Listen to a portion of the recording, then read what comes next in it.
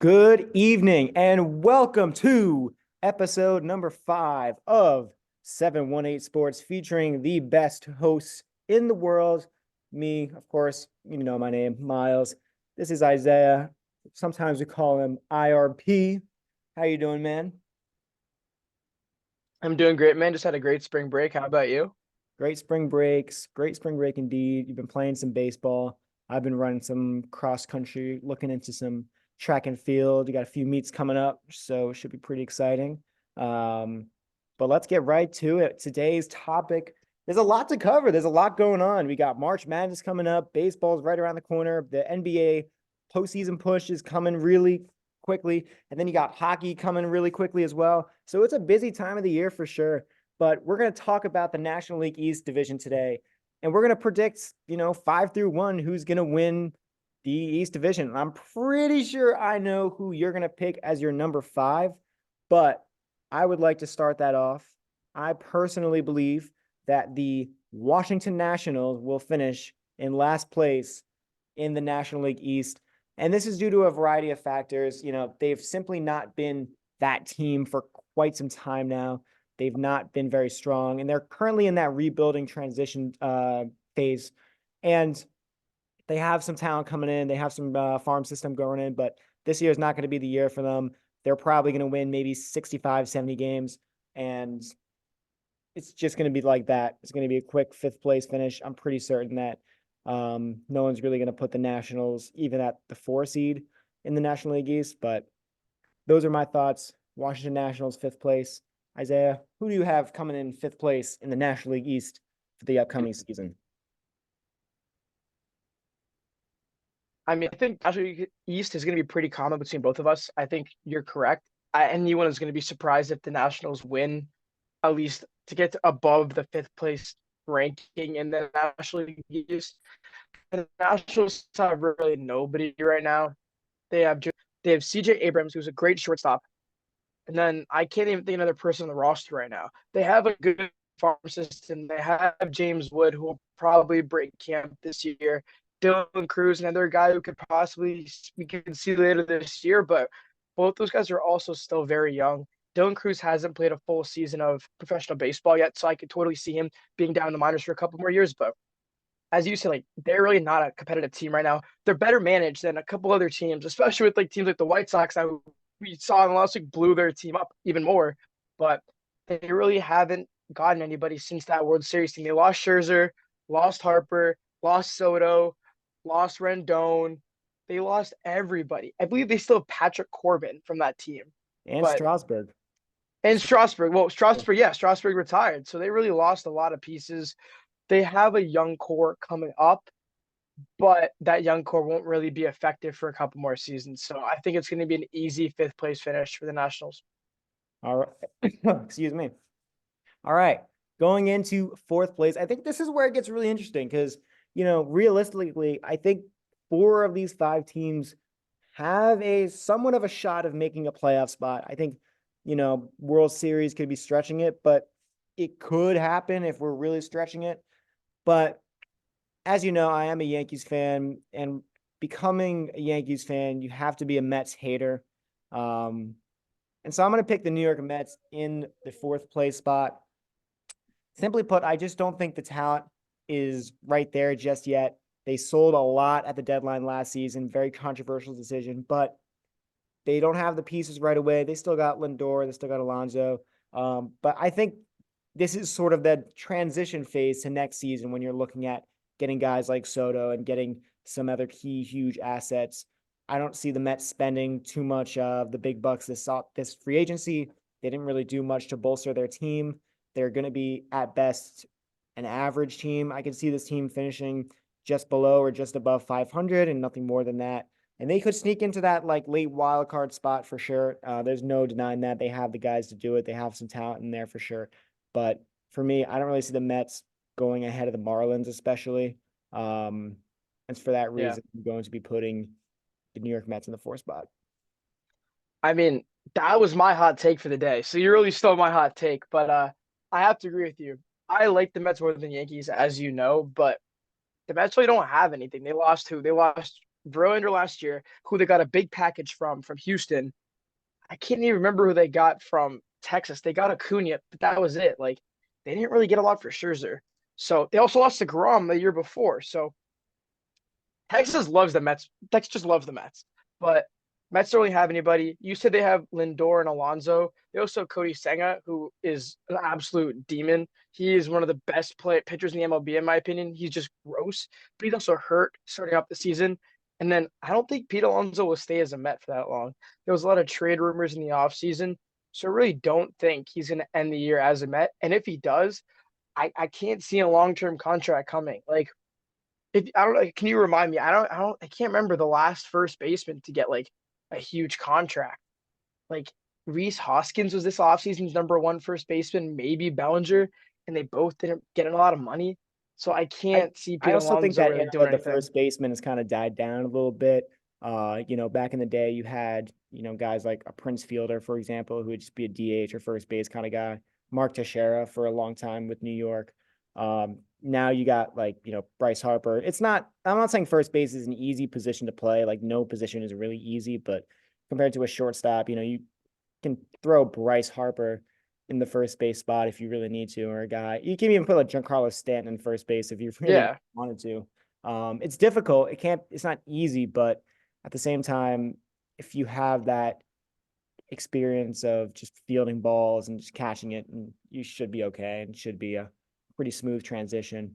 I Back think in you bring up a good point. Yeah. yeah, Like I feel like a lot now, especially is like when players are at the end of their career, you throw them at first base just because yeah, it's hard, but you're just catching a ball. Harper needed to be there due to Hoskins being hurt, but he did a very good job of being first base. First base isn't just about like it is just about catching the ball, but it's as you said, like it really has died down. It's all about hitting. You can put those guys at DH now, the universal DH. So you do make a very good point. And I mean, Pete Alonso isn't worth the money that he wants. It's just a fact. He's won the home run derby twice. I think he's in an all star. He's been an all star twice. But then what else is there? Like the highlight for Mets fans now is Juan Soto maybe coming to the Mets. They have nothing. They have Cody Senga. They have him. Lindor is getting out of his prime. He's still an amazing shortstop, but the hitting really hasn't been there. They have the prospect who I can't get his name right now from Houston, who's one of their top prospects in the minors. Who needs a stud? Oh my gosh, he just my camera over. But they lost a pitching. Jeff McNeil's there. I won the hitting title, I believe, a year ago, so that's a pop up. I'm used to the first era is dying down. So Alonso is not like had so much use, but the Mets really won't do much. I can't see the Mets winning more than I'll say 70 games this year, which is a lot to lose, but they really don't have many pieces. yeah, the Mets don't really have those big pieces, those big names, other than the ones that they've added from a couple of years ago with Lindor and Alonso and those kind of guys.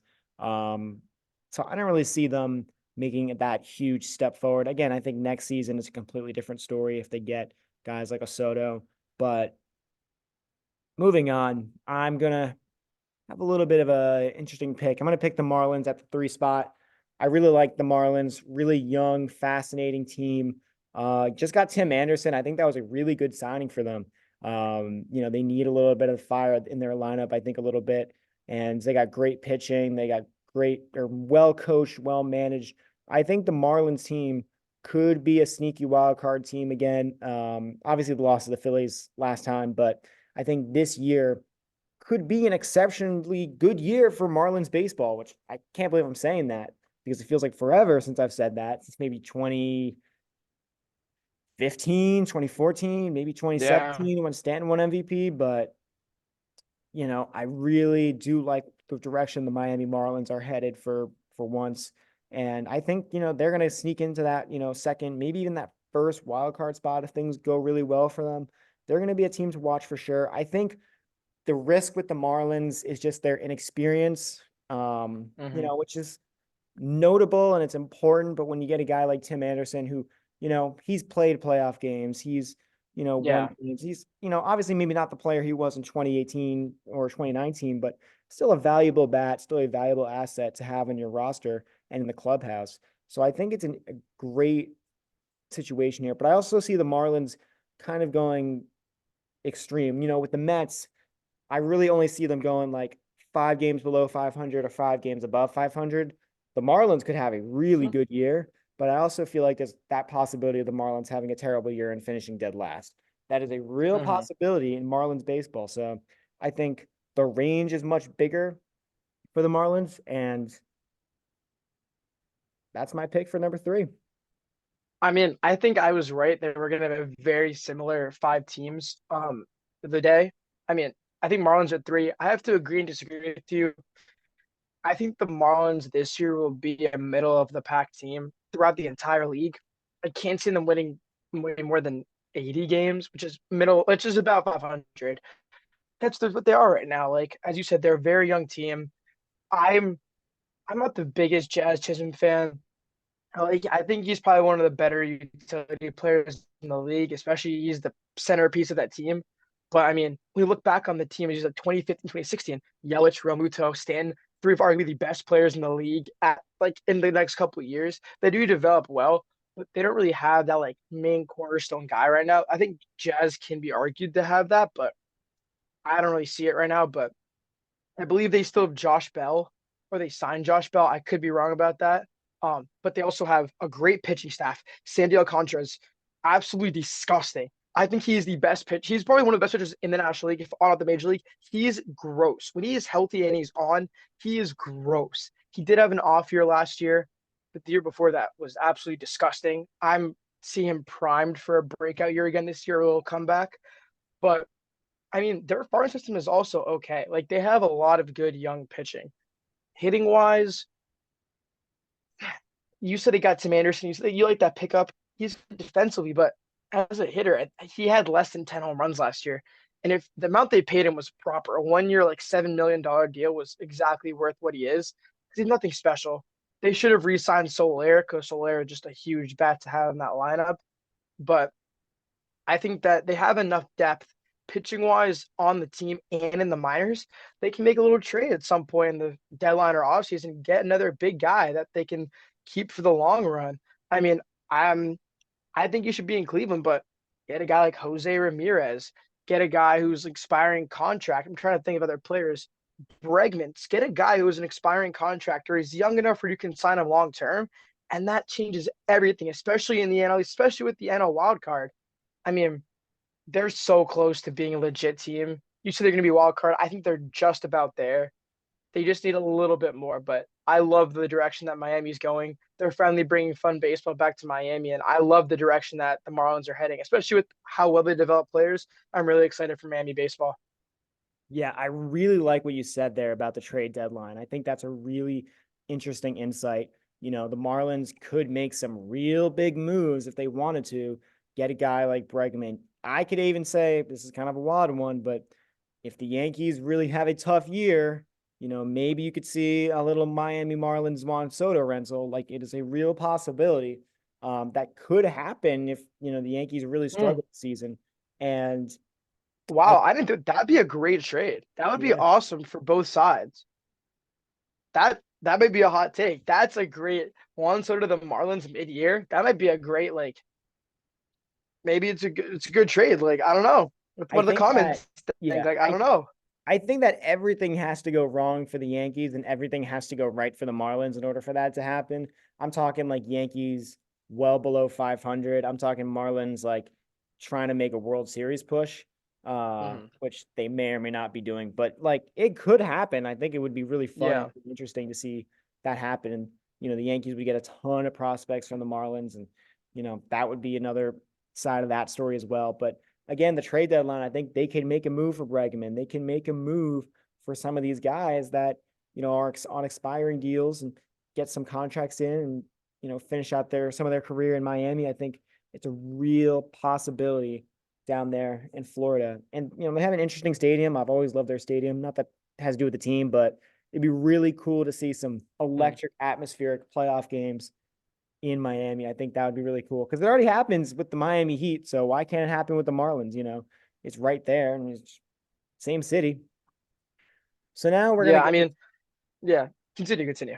My bad. We're gonna go to the number two, which is the Philadelphia Phillies. I'm pretty certain we're gonna have the same list here and the same arguments here. Now, I think postseason Phillies versus postseason Braves are a little bit of a different story. But on paper, I think the Braves are too good for the Phillies. I think the Phillies are still below them in terms of offense, defense, and basically every statistical category. And I'm not saying the Phillies are a bad team. The Phillies are going to be a good team. And if the Phillies win the division this year, I would not be shocked. I can go ahead and say cleanly that the Phillies could win the division this year. They have the talent. They have Schwarber. They have Harper. They have guys on that Sure, roster. bro.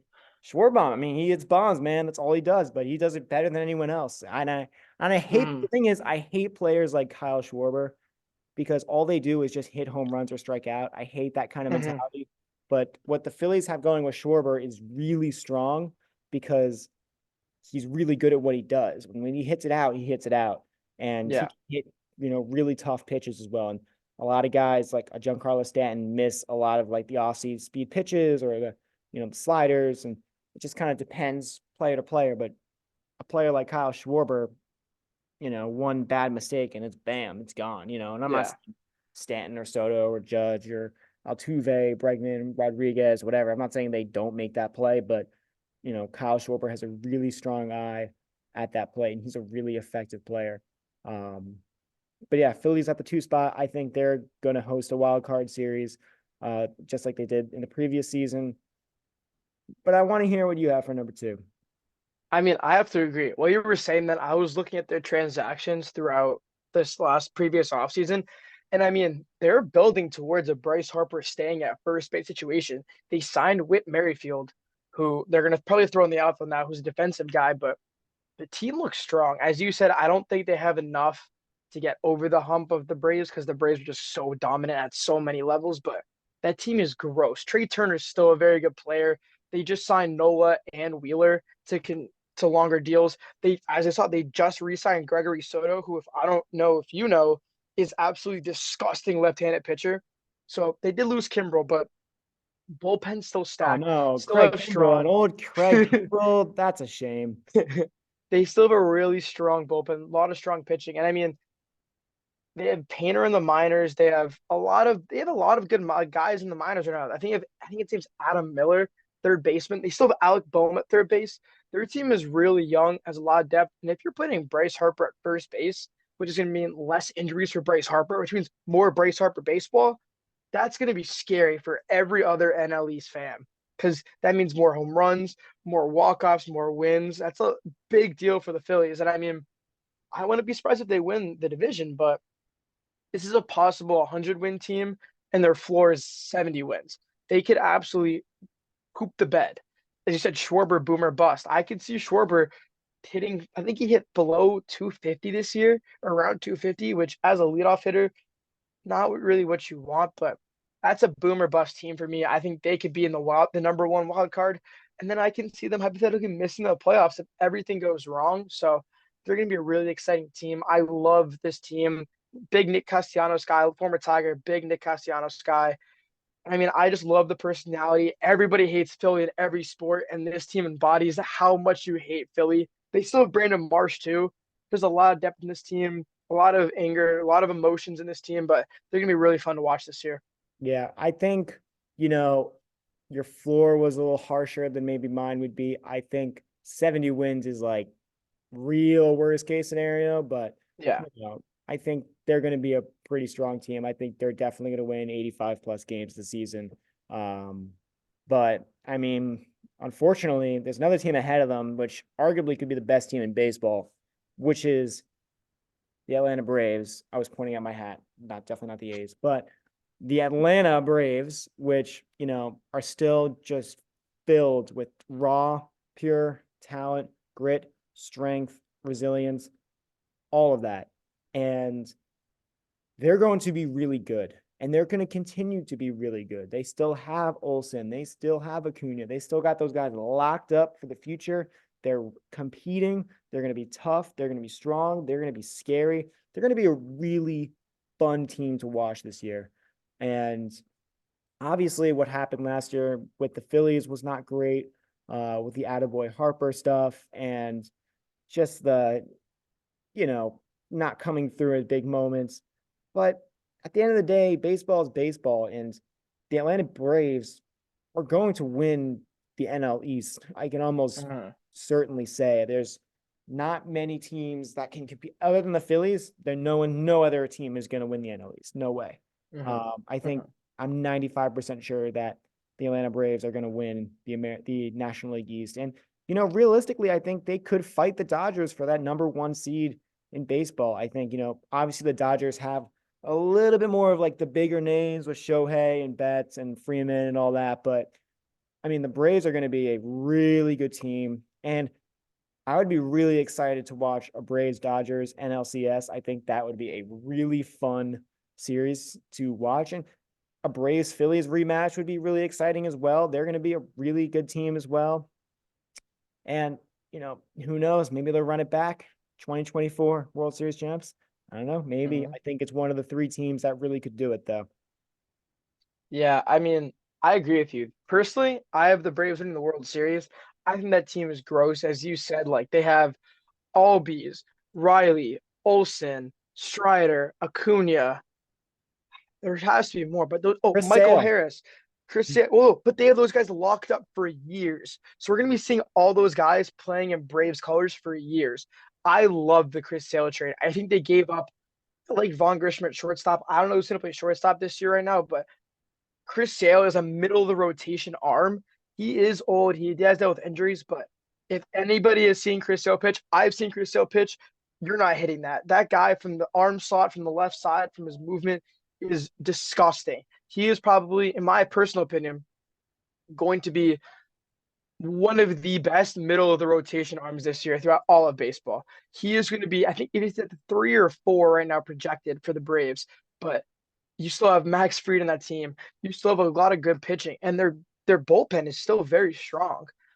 That's probably their biggest weakness right now is the bullpen, but Yeah, but their Chris Sale's a great bullpen as a pickup. weakness is like a lot of team strengths. If you go out and you put the Braves bullpen with the St. Louis bullpen, or the Mets bullpen, or the Athletics bullpen, it'd be considered the strong suited team. So there's Hmm. really not many weaknesses other than the playoff failure they've had in the past 2 or 3 years. But Yeah. even that, they've won the World Series before. They have the guys to do it again. They have the talent to do it again. It's just of Hmm. can they do it and can they clutch up in the big moments? Because Yeah. realistically, they're going to be hosting a playoff series again, and maybe multiple playoff series, and maybe even the World Series. But the question Hmm. is, are those guys going to produce when under the bright lights and when all the pressure is on them? Maybe, maybe not. I don't know. They I haven't the mean, past two my thing years, with but that. Mhm. they can do it You go, again. you go. Yeah. I mean, as you said, my thing with that is a lot of the players in the team now weren't on that World Series team. But he said last year, I believe, yeah, they don't know if they won a game in the wild cards in their first round series. They had that week off and then got blown out. So I mean, Spencer Strider, he's been around for I think 2 to 3 years now, but absolute dog. But a lot of those guys now have more experience. Acuna didn't play for that entire playoff stretch where they won the World Series. All these did, but a lot of those guys didn't really play. So play or were on the team. So now they have a little more playoff experience, a little more calm. I mean, Acuna, we saw him last year, historic year, absolutely demolished baseballs. Sorry. But they have like Austin Riley, one of the best third basemen in baseball, Matt also one of the best first basemen. So the hitting is just incredible. Micah Harris, defensively and offensively, is great. So this team is really strong, a lot of depth. And as you said, like they have the experience now. It's really going to come down to like playoff time, who's ready. Because this team's going to be in the playoffs. Their ceiling is 110 wins, I think, and their floor is like 90. Because no matter who you pitch against them, they're going to hit the ball. They have lefties, righties, switch hitters. They have everybody. So it's really going to come down to just if they can hit or not because they have the pitching, they have hitting, they have fielding, they have everything. But playoff time, it's going to be very interesting to see who they match up with, like where they're playing. They probably host a series, so it's going to be really interesting down the line. I think the biggest part for the Braves too is who that matchup is going to be. As you said, I think if you go out there and you're playing the Dodgers, you're playing, I think they don't want to play the Phillies. I think that's the team they don't want to play. You know, they've consistently shown that the Phillies are the team that they really don't love playing the playoffs. The Phillies have had their number. You know, it's kind of similar to a Yankees Astros situation where the Yankees don't want to play the Astros, and the Astros really want to play the Yankees. And this is the same situation with the Braves and the Phillies. The Braves don't want to play the Phillies. The Phillies do want to play the Braves because they know they can beat them. So I think it really is going to depend on who wins what and where the placement's going to be. And, you know, the argument of last season's, you know, oh, the 2-3 days of, you know, no baseball actually hurt us, you know, which, you know, whatever, maybe he just didn't perform. But I think it's a real situation because, you know, last playoffs, you know, 3 of the 4 top teams were knocked out of the first round. It's like, what's going on? What do you mean the Baltimore Orioles, best team in baseball, didn't win a single playoff game last year? The Braves, you know, choked at home, choked on the road, couldn't handle the pressure. And, you know, same thing with the Dodgers. I mean, swept by the D-backs. Are you kidding me? You know, the Dodgers. So I Mhm. think it's really going to come down to placement. And realistically, I think some teams are going to be looking at it as it might actually be better to be a wild card team, get a few wins in, move on, and have that, you know, get ready for that next big team because sometimes those bye weeks can hurt you in sports. Yeah. I mean, what I love about this division is that it's really, as we talked about before, it's a trade deadline division. Like teams like the Mets are going to probably be selling at the deadline. Marlins are buyers and sellers, but the Phillies and the Braves are both buyers. So I think probably in what about August? No, it is like July. So yeah, but in about like August, we might see a completely different team. We might see different guys playing. We might see guys trade out. So this division is going to be really interesting to see who comes and goes.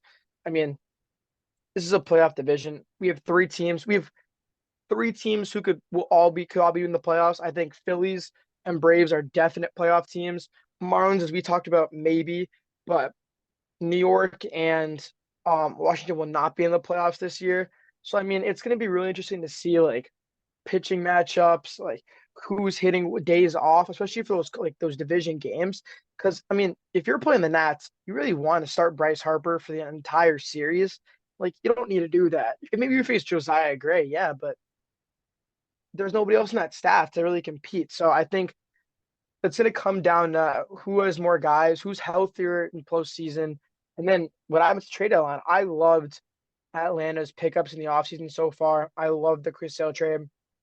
Whit Merrifield was fine in the Phillies, but the Mets, I hated how the Mets treated like everything this offseason. They got the Yankees bench coach as their new head coach. Like, ugh. But I Oh, love the direction of the NL the East. Yankees. Oh, who would want someone from the Yankees? Well, Oh, who wanted a bench coach? Sorry to him, but I mean, if you're a Mets fan, I like the Mets are my hometown team because I hate the Yankees. So if you're a mm, Mets fan and you're trying to compete because you've talked so much smack the last 3 years, I watched the end of that San Diego series. I believe it was 2 years ago. It was embarrassing. San Diego whooped them, and then you lose your amazing coach, and you're going to pick up a guy who has no head coaching experience on a team that's like struggling now. That's not what you do. Like you built up. Frank Kona's gone, and the Guardians replacement was an internal guy. They brought a guy who's played. They got a guy who's going to bring a young locker room together. I can't see the new Mets coach doing that because there's a lot of Pete Alonso wanting to be a free agent with more money. Lindor's he's a captain on this team, and I mean I love Lindor, but like as we've seen, he can't do it alone. They brought in Baez to help him, and he couldn't even like Baez stay. The Mets are just like a holding like money team. They're still paying off Verlander. They're still paying off Scherzer. They just throw money around. And I mean, as you talked about, like they probably give Soto one of the biggest deals of all time because you have to. What are you gonna do to save it?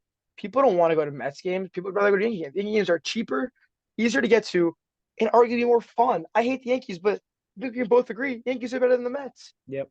And the So thing is, though, I will say this: I don't really like the argument of, you know, let's just stay internally. Let's, you know, obviously Carlos Mendoza is an interesting hire, and you know, mhm. you go from Buck Showalter, who's like pretty much, you know, a guaranteed, like he's going to be a good manager, to a little bit of a risk with Carlos Mendoza, but at the same time, this has happened a lot. It's been successful.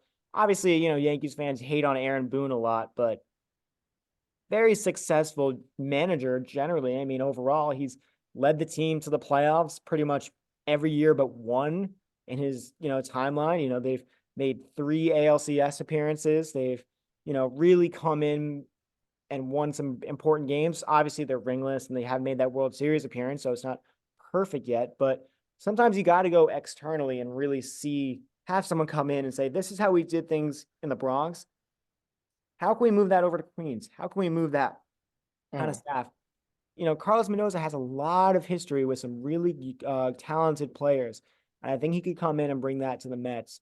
So obviously, maybe not the guy you want, maybe not the perfect, he's everything, but you have to take that risk sometimes of, here's a guy, and he's 43, he's young, he's going to connect with those clubhouse guys too. So I think Mendoza is going to be a pretty solid manager. I think he's being put into a unique situation too with, he's not being put with superstar players and a team that wants to compete win now. They're sort of that, resilience and grit, and let's see who can earn those spots. Let's see who can make those big plays. Let's see who can, you know, move on to the next year. And there's a lot of growth with the Mets. That's what I like about them as a team.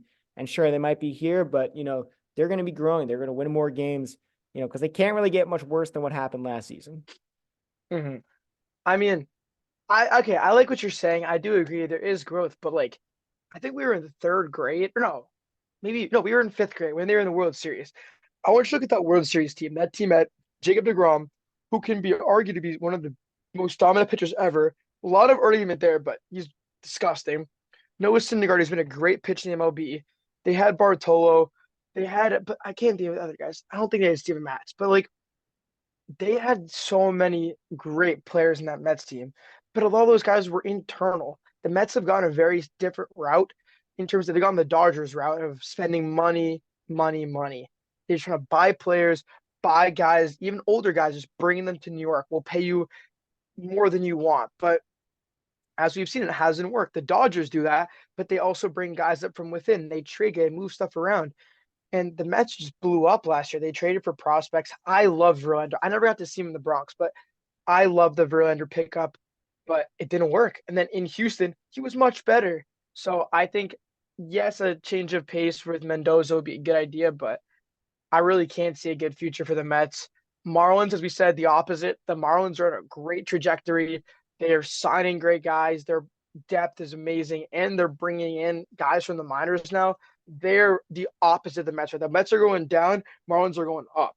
To me, it's going to be a really interesting to see the NL East change the next, I'll say 4 to 5 years, because in 4 to 5 years, the Braves will be the same, but we don't know about the Phillies or the Marlins. Those teams could be completely different. And I mean, the Nationals have a few good bats too. So I could see the Mets being last place in like 5 years.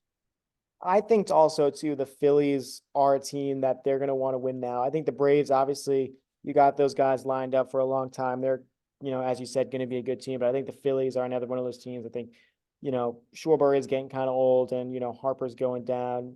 Is going to eventually start going down. I mean, maybe not. Maybe he's going to be like a LeBron Mhm. James, just never stop.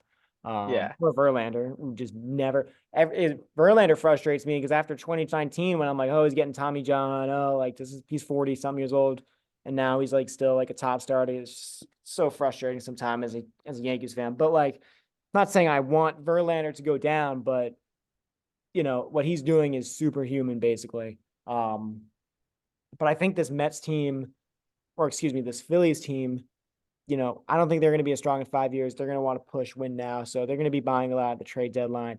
The Mets, we'll kind of see. I think they're just going to hold on to what they have.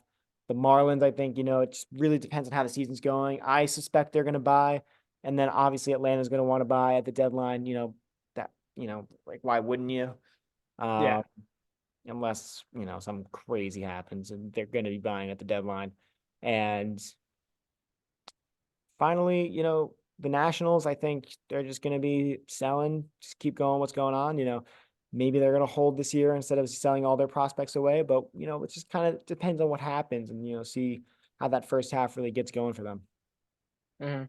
Um, yeah. I mean, I want to switch topics a little bit, just a little bit, because while we were on our hiatus, Matt Chapman signed a deal today it came out that Blake Snell's #1 team right now is Houston. So I just want your opinion on those two. Well, one signing and one possible signing in MLB free agency right now. I think the Matt Chapman signing is a good contract. I think I really liked it for the Giants. I think it's exactly who the Giants really need right now. Just a guy you know is going to be good. Maybe doesn't have that ceiling, but has that good glove, has that good bat. I think it's a sign that San Francisco really needs, especially because they've been missing out on those, high end free agents. And then with the Blake Snell stuff, obviously it's a little stressful, it's a little frustrating, because you don't want him to go to Houston. I'm still kind of shocked he's not on a team yet. I think it's a little wild because opening day is like less than 2 weeks away, and this guy's still not on an MLB roster. I think he's a little disrespected too. He had that really strong season last year, but he's been inconsistent his entire career. I don't see him going to the Yankees really anymore. I think a National League team could swoop in, though. I think maybe even a Chicago Cubs reunion here could be interesting. Anything but the Astros, honestly, is fine with me. Because I don't like the Astros very much. But I think it would be a great pickup for Houston. And, obviously not great for me and my staff and my ball club, but Mhm. I think it's probably going to happen. Yeah, I mean, I talked to more Yankees fans today about this, and they're all saying the same thing as you, like anywhere but Houston. They're saying they'd rather Boston than Houston. So I think that really shows how important this Blake Snell signing is.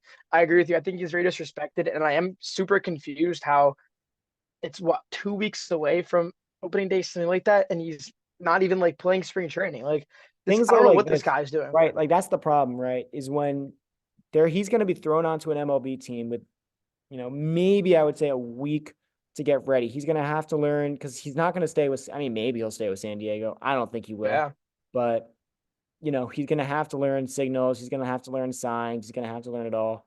And that's going to be a lot for a new guy to come in, and he's going to be expected to yeah. pitch really well. And I think those first few starts could be really crappy for him because he's still trying to learn, what pitches work, and catchers are going to try to frame it right. And, it just takes time, but kind of depends on what happens. So Yeah. with that, we will see you tomorrow for, well, tomorrow, but whenever you watch this, really.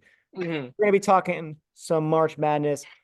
I probably am not going to get any schoolwork done this week, and over this next weekend. So For the rest of the month, I'm not gonna be doing any schoolwork. yeah, it's going to be tough because, you know, classes are picking up, but then at the same time, you Yeah. got literally on Thursday, Friday, Saturday, Sunday, you got games going all day. I think March is the best month out of the entire year because you have March Madness, you have opening day for baseball, you have the end of the NBA season. I mean, college baseball is at its peak right now too. So March is the peak month for sports. And it's about to be springtime too. It's getting a little warmer. I mean, I know it was warm in the city last week. It's somehow warm where I am in Aurora, New York. It was beautiful in Myrtle Beach. So it's the best time of year for sports. If you're a sports fan, this is the best. This is the highlight of your year every year. And with that, this concludes the episode. Thank you guys for checking in. Remember to follow at 718 Sports on TikTok, YouTube, whatever you got. Spotify, we're going to be coming up soon as well. So remember to get on that. Remember to get on the grind. Like, comment, subscribe, do your thing. And we will see you later. Have a good night.